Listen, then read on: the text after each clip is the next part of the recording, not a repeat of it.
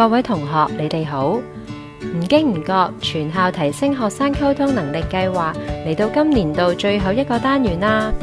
唔知同學鍾唔鍾意第二個單元嘅禮物呢？喺呢個計劃入面，同學只要做到溝通目標，教職員就會獎一張貼紙俾你。返到課室，同學就可以將張貼紙貼喺海報度。我哋會喺5月開始最後一個單元，而呢一個單元嘅主題就係評述啦。就等我喺度先預告一下呢一個溝通目標嘅內容啦。喺日常生活之中，我哋經常都會對唔同嘅事物有各種各樣嘅感受或者睇法，例如會覺得杯水太熱，啲花好靚，又或者覺得開心唔開心咁。喺嗰啲時候，我哋可以用適當嘅方法去表達自己嘅睇法同埋感受，等其他人知道我哋嘅諗法。例如覺得唔開心嗰陣，話俾其他人知，人哋就可能會安慰你同埋幫你㗎喇。同人哋分享自己對事物嘅感受同埋睇法，就係評述啦。喺評述嘅時候，我哋通常會用個好字嚟表達，例如好凍、好攰、好嬲等等。不如我哋一齊嚟睇下啲例子啊！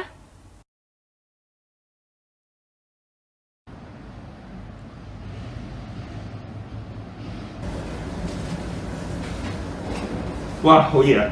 係啊，好熱㗎！你有講到喎，攤凍啲先飲啦。好啊。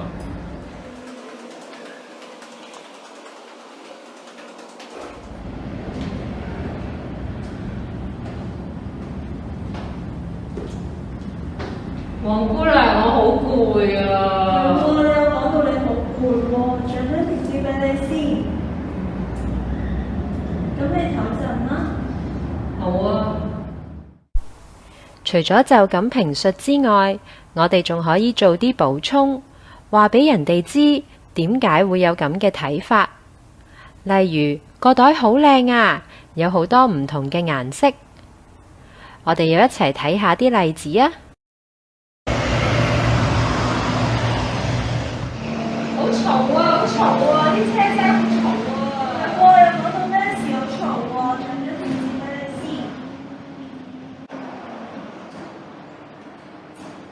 咁一陣閂窗啦。哇，好好玩啊！點解覺得好玩啊？因為會轉咯。係喎，好玩，因為佢會轉喎。有啲時候，我哋會有唔同嘅心情，例如開心、唔開心、嬲同埋驚等等。我哋要將呢啲感受講出嚟，其他人先會知道我哋嘅諗法係乜嘢㗎。我哋又一齊嚟睇下啲例子啊！我先知道你個袋爛咗喎，咁你覺得點樣啊？唔開心啊！咁我幫你睇下咩事啦。頭先你有講你唔開心喎，俾張貼紙你啦。多謝。哇，好驚啊！康仔，啱先你有講到你好驚，唔使驚喎，我幫你處理咗啦。哦，唔該媽咪。當我哋能夠適當咁表達自己嘅睇法同埋感受，人哋就會知道我哋嘅諗法，我哋亦都能夠更加有效咁溝通啦。